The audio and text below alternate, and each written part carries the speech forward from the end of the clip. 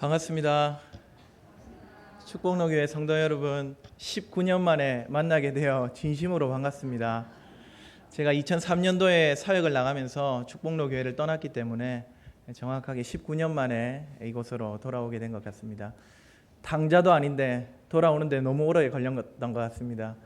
오늘 함께 예배하며 말씀을 나누는 가운데 우리 하나님께서 예비하신 은혜와 또 평안을 충만히 부어주시기를 주님의 이름으로 축복합니다. 저의 얼굴을 아시는 분들은 참 흐뭇하게 이렇게 웃으면서 쳐다봐 주시는데요. 송정남 권사님 어이가 없으시죠? 오늘 제 설교 들으셔야 됩니다.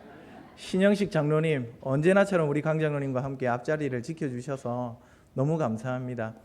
또 오늘 사회를 보는 우리 이름도 갑자기 헷갈리네요. 하현진 집사님, 우리 옛날에 많이 놀러 다녔거든요. 문지환 목사님 말씀 전하시겠습니다 하는 거 보니까 너무 참 많이 변한 것 같습니다. 많이 겸손해지시고 좋아졌습니다. 제가 예전에 차 사고를 우리 하 집사님 차 뒤를 박아가지고 보험 처리한 기억도 납니다. 아까 또 우리 이용성 장로님께서 저를 앞쪽으로 인도하시는데 갑자기 이 찬양대석에서 하는 소리가 나더라고요. 놀래서 쳐다봤더니 김미리 집사님 살에 들린 줄 알았습니다. 저하고 친구고 동기인데 너무나 익숙하고 좋은 얼굴들, 반가운 얼굴들 오늘 만나 뵙게 되어서 너무 좋습니다. 하나님께서 이 교회에 하나님이 예비하신 큰 복을 내려주셔서 이 교회가 이 땅에 축복의 통로가 될 수 있기를 주님의 이름으로 축복합니다. 여러분, 인생은 선택이다 많이 들어보셨죠? 원래 누가 했는 말인가 하니까 프랑스 실존주의 철학가 사르트르가 한 말입니다. 원래 뭐라고 했는가 하니까 인생은 B와 birth, D, death, 죽음 사이에 있는 C다, choice다, 선택이다 이렇게 말했습니다. 실존을 고민한 철학자답게 삶의 한 단면을 잘 표현해냈습니다. 실제 우리는 매일 선택의 순간을 맞이합니다. 여러분, 인류 역사상 가장 치열한 선택의 문제라고 할 수 있는 짜장면인가 짬뽕인가, 이거부터 시작해가지고 보통 이렇게 하면 한번 웃거든요. 우리 축복로교회 성도님들 마음이 많이 지금 힘드신 것 같으시네요. 뿐만 아니라 결혼 배우자는 누구로 해야 할까? 어떤 직장을 구해야 할까?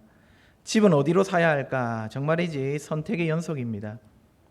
그런데 그 중요한 선택의 기로에 서면 우리는 다 곧잘 의심과 불안함에 사로잡힙니다. 내가 하는 선택이 과연 옳은 것일까? 유익이 있을까? 하나님의 뜻에 맞을까? 사실 아무리 믿음의 연한이 오래되고 두터운 신앙으로 성장했다 하더라도 선택의 순간 앞에서 망설이는 건 참 당연한 일인 것 같습니다. 내 선택이 가져다 줄 그 결과에 대해 두려워하고 의심을 갖는 것 자연스럽습니다. 그럴 때 나는 왜 이렇게 불신앙적이지? 나 왜 이렇게 의심하고 있지? 그렇게 생각하는 것은 하등 도움이 안 됩니다. 되려 선택 앞에서 막연하고 두려울 때에 변하지 않는 약속의 말씀으로 눈을 돌리는 것이 좋습니다. 오늘 말씀이 바로 그런 약속입니다. 내가 무엇을 선택하고 어떤 길로 가더라도 우리와 함께 하시겠다는 그 하나님의 약속의 말씀이 오늘 본문에 잘 나타나 있습니다. 따라서 저는 오늘 어디로 가든지의 하나님이라는 제목으로 예수 그리스도 안에서 우리와 함께 하시는 하나님을 언제나 신뢰하자. 다시 한번 말씀드립니다. 예수 그리스도 안에서 우리와 함께 하시는 하나님을 언제나 신뢰하자라는 요지로 말씀을 전하겠습니다. 이 말씀을 통해 우리와 함께 하시는 하나님의 복음을 듣고 그분과 동행하는 복된 성도님들 되시기를 주 안에서 축복합니다. 여러분, 오늘 본문의 주인공은 야곱입니다. 성경 인물 중에 굉장히 친숙한 편입니다. 하지만 다른 신앙의 위인들과는 달리 조금 비열한 캐릭터로 인상에 남아 있습니다. 날 때부터 형님 발목을 잡더니 커서는 형님의 축복을 가로챈 사람으로 우리가 기억하고 있습니다. 장유유서 정신이 깊은 우리가 보기에 여간 불편한 일이 아니죠. 하지만 저는 오늘 이 야곱을 좀 변론하고 싶습니다. 물론 그가 좀 얍삽한 면이 있는 건 사실입니다만은 동시에 그를 향해 정당한 평가를 내려야 하는 것도 맞는 것 같습니다. 여러분, 먼저 뱃속에서의 일을 한번 봅시다. 에서와 야곱 서로 이 어머니의 태 속에서 치열하게 싸웠습니다. 창세기 25장 22절 아들들이 그의 태 속에서 서로 싸우는지라. 여기 싸운다는 말이 사실은 서로 박살을 낸다, 전쟁한다 이런 뜻입니다. 다른 구절에서는 으깨고 파괴한다 이런 뜻으로 쓰입니다. 삶과 죽음을 결정지을 정도의 큰 싸움을 의미하는 말입니다. 얼마나 심했던지 리브가가 하나님께 물으러 기도할 정도였습니다. 하나님이 말씀하십니다. 큰 자가 작은 자를 섬기리라.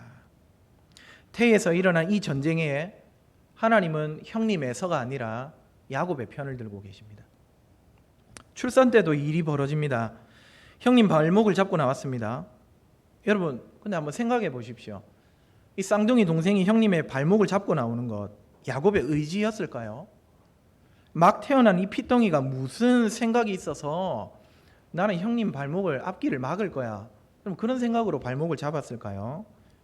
혹시 하나님께서 우리에게 보여주시려고 그와 같이 역사하신 건 아닐까요? 그뿐 아닙니다. 장자의 복을 받는 과정에서도 야곱은요, 사실은 좀 수동적입니다.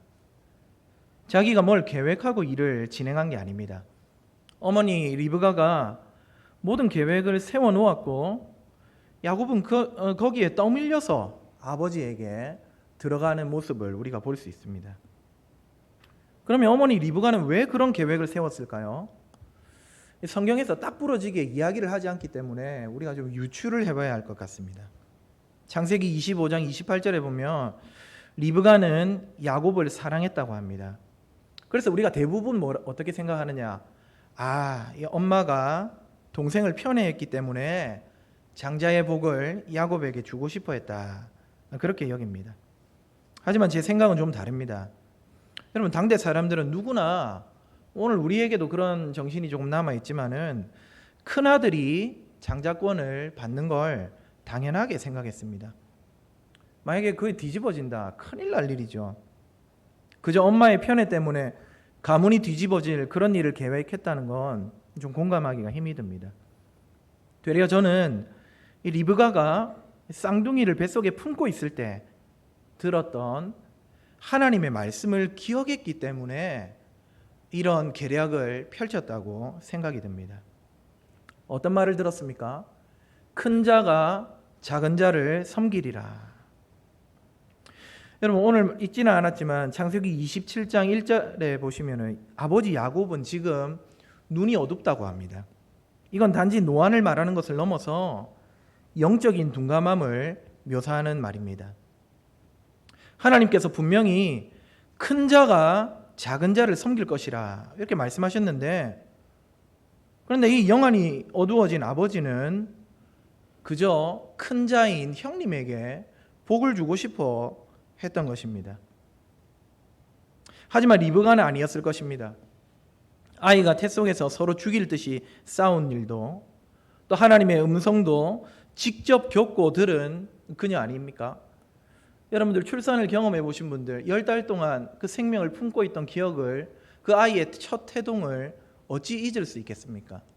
마찬가지로 리브가도 자기 태 속에서 있었던 그 모든 일들, 들었던 하나님의 음성을 기억하고 있었습니다. 따라서 리브가는 이거 우리 생각대로 되면 안 되고 그때 하나님이 말씀하신 대로 큰 자가 작은 자를 섬기도록 그렇게 계략을 세웠다고 볼 수도 있을 것 같습니다. 그러니 야곱이 얍삽에서만 이 장자권을 뺏으려 들었다고 보기는 힘들다는 것이죠. 또 여러분, 우리는 야곱을 엄마 치마폭에 쌓인 유약한 이 마마보이 정도로 여길 때가 많습니다. 하지만 실제로 야곱이 얼마나 남성적인 인물이었는지 모릅니다. 오늘 말씀 다음 장 29장에 보시면은 하란 땅에서 라헬을 만났을 때 여러 사람이 모여야 옮길 수 있는 그 우물의 뚜껑을 혼자서 열어버립니다. 그러니 우리가 오해하고 있는 것처럼 야곱은 어머니 치마폭에 쌓여있는 비리비리한 샌님이 아니었다는 말입니다. 여기서 끝이 아닙니다. 또 그가 장자의 축복을 빼앗은 일에 대해서 성경이 뭐라고 하느냐. 여러분 결국 성경이 뭐라고 하는가가 제일 중요하지 않습니까? 야곱이 야비했다고 생각하는 우리와 달리 성경은요 에서를 탓합니다. 장자의 축복을 가볍게 여겼다. 창세기 25장 32절에 보시면 이 사냥하다가 지친 에서가 내뱉은 말이 나옵니다. 내가 죽게 되었으니 이 장자의 명분이 내게 무엇이 유익하리요? 하나님의 축복이고 약속이고 굶어 죽을 판에 그런 것들이 무슨 소용이 있냐 이 말입니다. 하나님의 말씀, 하나님의 약속을 멸시하고 경멸한 그에게 하나님이 장자의 복을 주시는 것도 이상하게 느껴질 지경입니다. 더 나아가서 성경 전반에서 하나님의 평가는 우리의 평가와 다릅니다. 말라기 1장 2장 3절에 하나님은 에서는 미워하였고 야곱은 사랑하였다 말씀하십니다. 즉 태에서부터 하나님의 눈과 마음은 야곱을 향해 있었고 그를 지지하고 있었고 그를 격려하고 있었습니다. 야곱은 하나님께 은혜를 받은 자, 하나님의 예정을 입은 자였습니다. 그러므로 여러분, 이 야곱이 형님의 장자권을 가로챈 일은 그의 계략이라기보다는 되려 하나님의 섭리라고 볼 수 있습니다.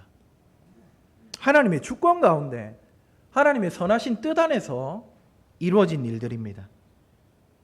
사실 성경을 곰곰이 살펴보시면은 이 차자가 장자의 복을 가지는 일들이 꽤 많습니다. 멀리 볼 것도 없이 이 야곱의 아버지 이삭만 해도 그렇습니다. 이삭도 형님 이스마엘 대신에 언약의 장자가 되었습니다. 나중에 후손들 보면은 므낫세가 형이지만 할아버지 요셉은 동생 에브라임에게 축복을 내립니다. 다윗도 장자가 아닌 막내 아들이었고요. 예수님의 탕자 비유에서도 아버지의 환대와 사랑은 누구에게 향합니까? 둘째 아들에게 향합니다. 급기야 여러분 출애굽기 4장 22절에 내 아들, 내 장자라고 표현하신 이스라엘을, 이 큰아들을 로마서 11장에 보시면 하나님이 꺾으십니다. 그리고는 둘째 아들 된 이방인과 헬라인들을 하나님의 아들로 접붙이시지 않습니까? 이처럼 하나님 나라의 원리는 나중된 자가 먼저 되고 먼저 된 자가 나중됩니다.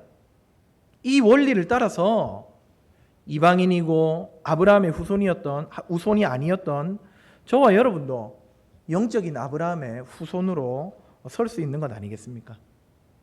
같은 원리 안에서 야곱은 얍삽한 계략 덕분이 아니라 하나님의 주권적인 선택과 섭리 안에서 장자의 복을 받았던 것입니다. 자, 그러면 여러분 지금 야곱이 처해 있는 형편은 너무 억울합니다.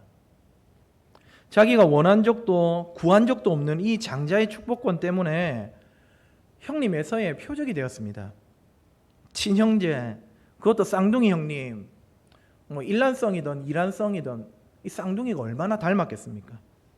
나와 비슷하게 생긴 그 형님이 나를 죽이려 한다는 사실이 현실적으로 얼마나 스트레스가 되었을까요? 생판 모르는 남에게 배신을 당해도 그 충격에서 헤어나오기가 쉽지 않은데 사랑하는 형님, 하늘 안시에 태어난 그가 나에게 칼을 뽑아들었다. 이거 말로 못할 충격과 두려움이 야곱에게 있었을 것입니다. 이런 심리 상태뿐만 아니라 몸 상태도 여러분 지금 야곱은 그리 좋을 만한 상황이 아닙니다. 성경에 나오는 여러 가지 힌트들을 조합해 보면요, 지금 도망가는 야곱이 몇 살쯤 될 것 같습니까? 옛날 우리 어릴 때 찬양이나 혹은 설교 말씀 들을 때 보따리 이 보찜 지고 떠나가는 청소년으로 많이 묘사를 하더라고요. 근데 여러분 공부를 좀 해보니까 지금 하란 땅으로 떠나는 야곱은 75세쯤 되는 것 같습니다. 과거에 아브라함 자기 할아버지가 하란을 떠났던 그 나이와 굉장히 비슷합니다. 그런 그가 900km나 떨어진 하란으로 가는 길, 이거 결코 가벼운 여행길이 아니겠죠. 서울 부산의 200길을 걸어서 가야 합니다, 여러분. 그렇게 힘겨운 발걸음을 옮기며 터덕터덕 지금 그는 광야길을 걸어가고 있습니다. 그런 가운데 어느 날 여행 피로가 겹쳐 한 곳에서 노숙을 합니다. 돌을 베개 삼아서 잠을 자는데 꿈을 꾸죠. 사다리 하나가 아마도 계단인 것 같습니다. 땅 위에 세워져 있고 그 꼭대기가 하늘에 닿아 있습니다. 근데 그 사다리를 유심히 보니까 글쎄 하나님의 천사들이 거기서 오르락 내리락 하고 있는 것 아닙니까? 천상의 존재들이 지상으로 내려오는, 즉 천국과 연결된 통로가 지금 자기가 잠들어 있는 이곳이라는 사실을 깨닫게 된 겁니다. 이 신기한 광경에 입을 다물지 못하던 그때 천사만 아니라 바로 주 하나님께서도 거기에 서 계신 것을 야곱이 목격합니다. 아마 야곱은 이게 어찌된 일인가 눈을 비비기도 하고 멍하게 쳐다보며 있었겠죠. 그런 야곱에게 주님은 이 두려움과 어리둥절함, 신비와 당황스러움에 사로잡힌 야곱에게 바로 오늘 약속의 말씀을 주십니다. 언약하십니다. 그 내용 중에 한 구절이 오늘 우리가 읽은 15절입니다. 13절부터 시작하는 내용, 하나님이 약속하시는 내용이 무엇이냐? 이것입니다. 나는 여호와다. 네 할아버지와 내 아버지에게 약속을 주었고 약속한 대로 이루는 신실한 하나님이다. 그런 내가 이제부터는 너의 하나님이다. 그러니 네가 어디로 가든지 두려워하지 말아라. 내가 너와 항상 함께 있어 너를 이끌고 지키며 네 고향 땅, 곧 네가 전에 내 할아버지와 아비에게 약속한 그 땅으로 돌아오게 할 테니 너는 안심하거라. 하나님이 지금 이 말씀을 약속해 주고 계십니다. 야곱은 잠이 벌떡 깼습니다. 여러분, 하나님은 저 멀리 하늘 어딘가에 계시다고만 생각했습니다. 하나님은 가까이 계시다고 생각해 본 적이 없습니다. 그런데 그게 아니라 지금 자기가 돌베개 베고 잤던 이 땅, 이 루스라고 하는 이 지역에 계시다는 사실을 알고 그곳을 하나님이 계신 곳, 하나님의 집 베델이라고 명명합니다. 한번 생각해 보십시오. 형님의 칼을 피해 떠나는 망명길, 가는 도중에 만나는 수많은 위협들, 막상 가서는 또 어떤 삶이 기다리고 있는지 전혀 예상할 수 없는 막막함. 여러분, 이 모든 것들이 지금 야곱을 짓눌러 싸고 있지 않습니까? 이런 상황에서 베델에 나타나신 하나님의 약속, 이 야곱에게 얼마나 큰 위로가 되었겠습니까? 어디로 가든지 무엇을 하든지 내 조상의 하나님이 이 조상들의 하나님만 아니라 나의 하나님이 되셔서 나와 함께 하시는구나. 나와 동행하시는구나.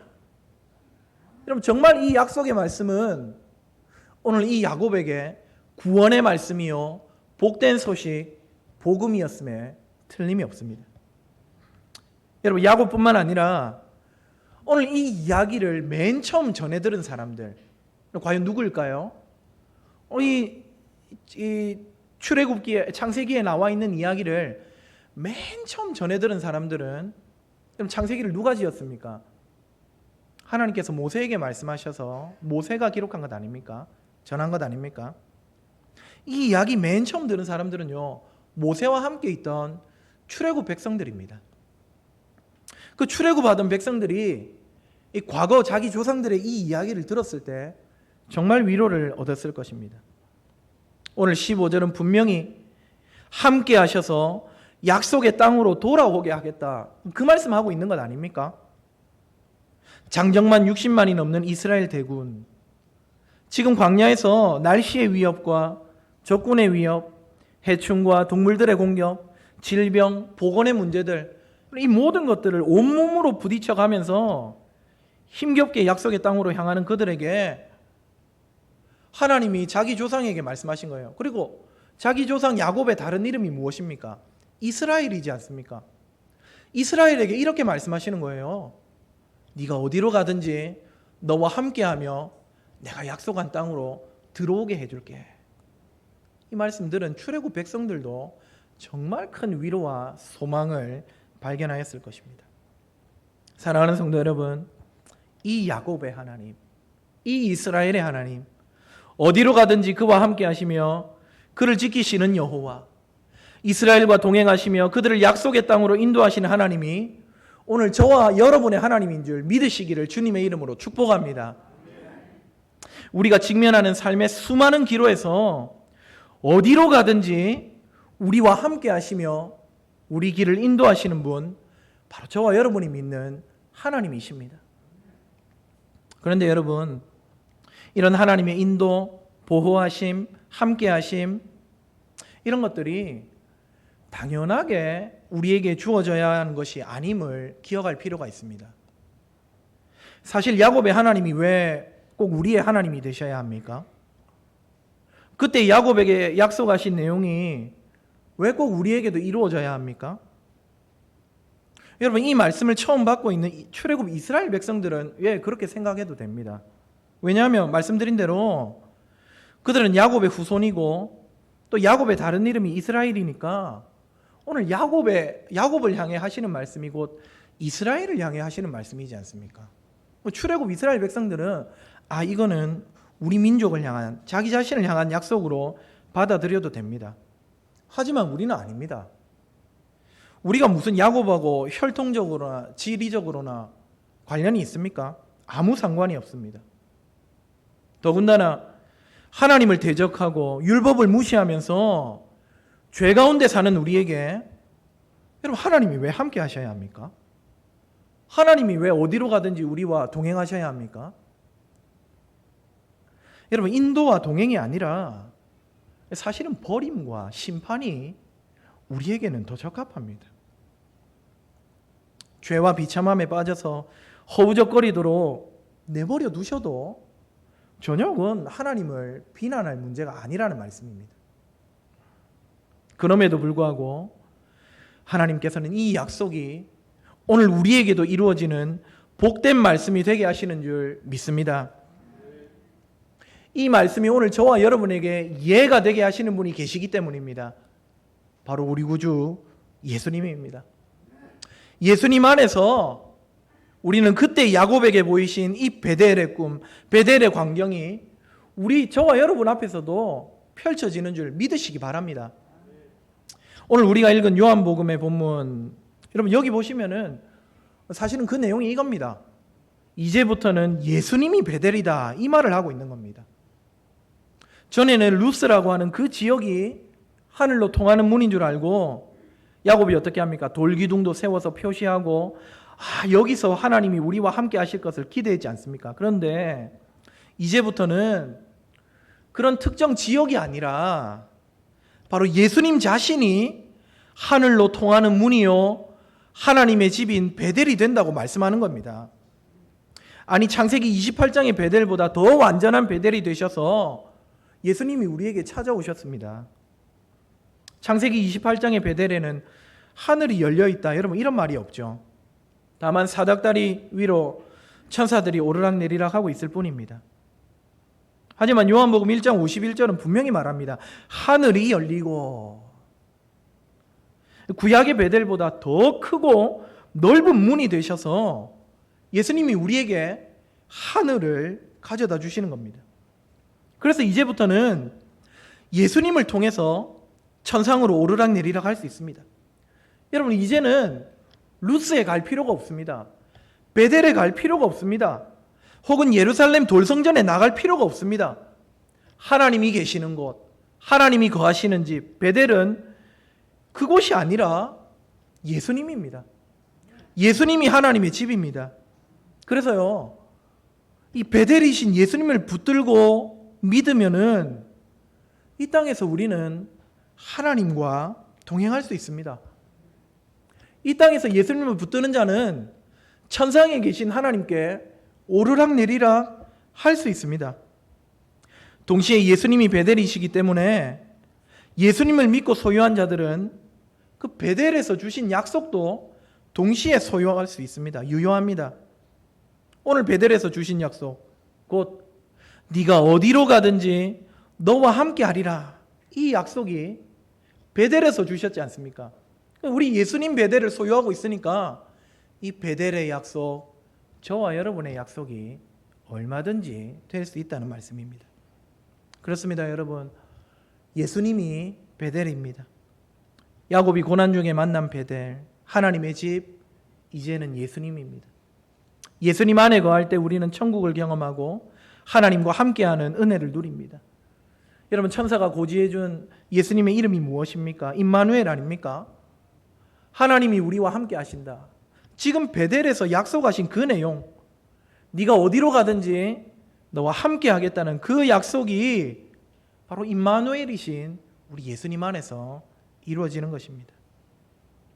사실 저와 여러분, 하나님과 동행하지 않는, 하나님이 함께 하시지 않는 죄인의 삶이 얼마나 비참한지 잘 알고 있지 않습니까?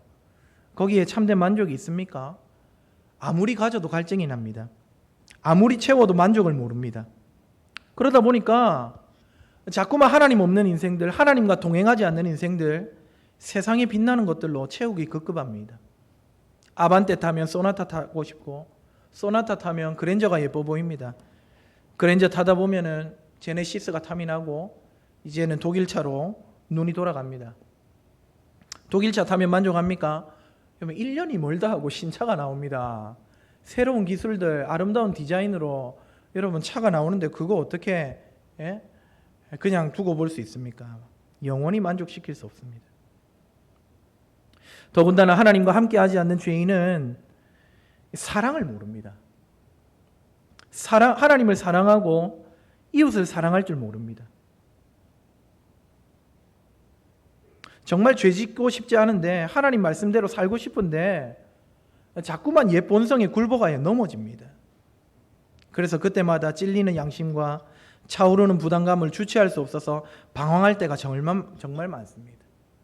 그때마다 나는 왜 이럴까? 내 신앙은 왜 이럴까? 나의 선택은 왜 이럴까? 자괴합니다. 낙심하고 맙니다.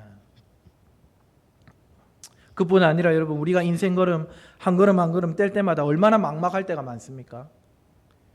내 선택으로 인해서 초래될 결과를 도무지 예상할 수 없을 때 얼마나 긴장이 됩니까? 자녀를 어느 대학에 보낼지, 우리 청년들은 신랑을 누구를 삼을지, 이사는 어느 동으로 가야 할지 정말 모르는 것, 두려운 것 투성입니다. 그래서 기도해 보지만 대개의 경우 하나님이 명확하게 이 영상이나 음성으로 나타내실 때가 잘 없습니다. 물론 그런 경험이 있는 분들도 계시겠지만 적어도 저의 경우는 잘 없더라고요. 제가 우리 교회로 부임할 때의 체험을 좀 말씀드리겠습니다. 지금 섬기는 교회의 장로님의 연락을 받았습니다. 목사님 공동의회에 통과가 되었습니다. 어떻겠습니까? 당연히 마음이 기뻤죠. 하지만 동시에 그 소식을 듣고 또 기도했습니다. 하나님, 제가 이 제8영도 교회로 가는 것이 하나님의 뜻이 맞습니까? 새벽에 간절히 기도했습니다. 근데 그렇게 기도하는 중에 어디선가 그래, 이제부터는 제8영도 교회로 가거라. 거기서 내 백성들을 섬기거라. 여러분, 정말 온유하고 세미한 음성이 들렸겠습니까? 아무 소리, 개미 소리 하나 안 들렸습니다. 혹시나 싶어서 귀를 기울이는데 정말 조용했습니다. 그래서 어떻게 결정한 줄 아십니까? 왔습니다. 청빙에 응하는 그 순간까지 우리 하나님 저와 함께 하시지 않는 것처럼 아무 말씀을 안 하시더라고요. 그래서 사실 많이 두렵고 떨렸습니다. 그런데 여러분, 막상 와서 보니까 저는 하나님이 인도하셨구나, 함께 하셨구나 하는 사실을 느꼈습니다. 별것 아니겠지만은 집 앞에 누군가 두고 간 과일 한 바구니, 아이들 먹으라고 떡볶이를 만들어 주시는 권사님, 또 새벽 설교, 수요 설교하는 가운데 따뜻한 눈빛으로 저를 바라봐 주시는 성도님들, 그 모든 것들이 하나하나 저에게 얼마나 큰 위로가 되었는지 모릅니다. 저는 사실 하나님의 뜻이 어디 있는지도 몰랐고, 하나님이 마치 나에게 침묵하시는 것 같았고, 나와 함께 하시지 않는 것 같은 느낌을 받았지만, 하지만 그런 내 선택에 하나님이 함께 하고 계셨구나 하는 사실을 돌아보며 깨닫게 된 것입니다. 여러분은 어떻습니까? 여러분의 걸음은 어떻습니까? 여러분의 삶은 어떻습니까? 우리 젊은 청년들은 직장을 구하기가 쉽지 않다고 합니다. 교회는 계속해서 고령화되고 어려워져 가고 있습니다. 우리 오늘 헌신을 다짐하는 6여전도회 분들은 가정 살림하랴, 또 아이들 돌보랴, 교회 봉사하랴, 또 혹 직장생활 하는 분들은 그것까지 얼마나 많은 선택의 기로에 놓이고 또 어려운 일들을 겪는지 모릅니다. 그런데 여러분, 그럴 때마다 우리는 두려움에 빠지죠. 자괴감에 빠집니다. 하나님께 기도해 봅니다. 하나님, 나 어떻게 해야 합니까? 하나님 도와주셔야 하지 않습니까? 그런데 여러분, 우리 하나님 좀 시원하게 응답해 주시면 좋겠는데, 알려주시면 좋겠는데, 항상 하나님의 뜻, 하나님의 음성은 가려져 있는 것 같습니다. 그런데 여러분, 오늘 주님께서 우리에게 이렇게 말씀하십니다. 네가 어디로 가든지 너와 함께 하겠다. 네가 어디로 가든지 너를 지켜주겠다. 내가 너를 이끌어 온전한 천국의 땅으로 이르게 하겠다. 하나님께서 약속해 주고 계시다는 사실을 믿으시기를 간절히 바랍니다. 하나님은 우리 운명을 정해놓고 어긋난 선택을 하면 예끼 이놈 벌이나 내리는 그런 분이 아니십니다. 하나님은 얼마든지 우리에게 자유를 주셔서 우리가 스스로 선택할 수 있도록 배려하는 분입니다. 동시에 그에 대한 결과가 좋든지 나쁘든지 간에 이 하나님의 울타리 안에서 선을 이루도록 우리가 어디로 가든지 무슨 선택을 하든지 우리와 함께 하시는 분이 바로 저와 여러분의 하나님이라는 말씀입니다. 사랑하는 성도 여러분, 우리 얼마나 연약합니까? 얼마나 자주 의심합니까? 얼마나 자주 넘어집니까? 그래서 그런 연약한 우리들, 불안해하는 우리들, 우리 하나님께서 위로하시기 위해 이 견고한 말씀 가운데 기록해 두고 계시지 않습니까?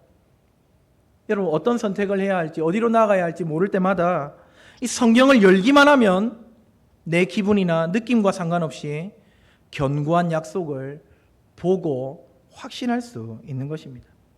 그러니 여러분, 누가 이 하나님의 약속으로부터 우리를 빼앗을 수 있겠습니까?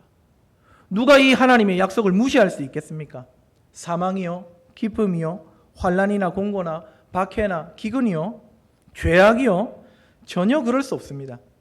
우리 하나님은 예수 그리스도를 통해서 우리가 어디로 가든지 함께 하시는 임마누엘의 하나님이라는 사실을 믿으시기를 주님의 이름으로 축복합니다. 사랑하는 여러분, 베델 되시는 예수님을 의지하고 그 품 안에 거하는 우리 모든 성도님들 되시기를 주 안에서 축복합니다.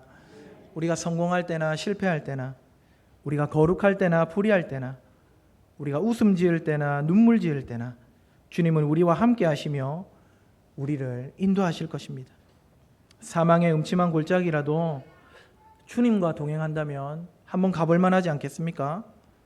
나와 함께 하시고 우리 가정을 인도하시며 축복로 교회를 지키시는 베델의 주 예수님을 의지하시기를 주 안에서 간절히 축복합니다.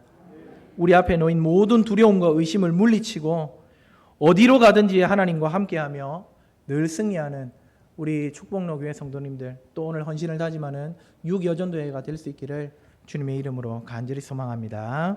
기도하겠습니다. 하나님 아버지, 감사합니다. 인생을 사는 동안에 선택의 기로에 놓였을 때 두려워하며 갈팡질팡하며 또 죄로 인하여 넘어졌을 때에 자괴하며 마치 하나님이 나와 함께 하시지 않는 것처럼 그렇게 낙심하는 우리들을 오늘 이 말씀으로 위로하여 주시니 감사합니다. 어디로 가든지 하나님, 내가 무엇을 선택하고 어떤 자리에 있든지 간에 나를 버리지 아니하시고 나와 함께 하시는 하나님을 신뢰하며 살아갈 수 있도록 은혜를 베풀어 주시옵소서. 특별히 오늘 헌신을 다짐하는 6여전도회 위에 하나님이 어디로 가든지 그들과 함께하여 주셔서 그들이 섬기는 가정, 그들이 섬기는 교회, 또 이들이 섬기는 또 직장, 그 모든 곳에서 하나님의 영광을 나타내는 귀하고 아름다운 딸들이 될 수 있도록 복을 내려 주시옵소서. 감사합니다. 예수님 이름으로 기도하옵나이다. 아멘.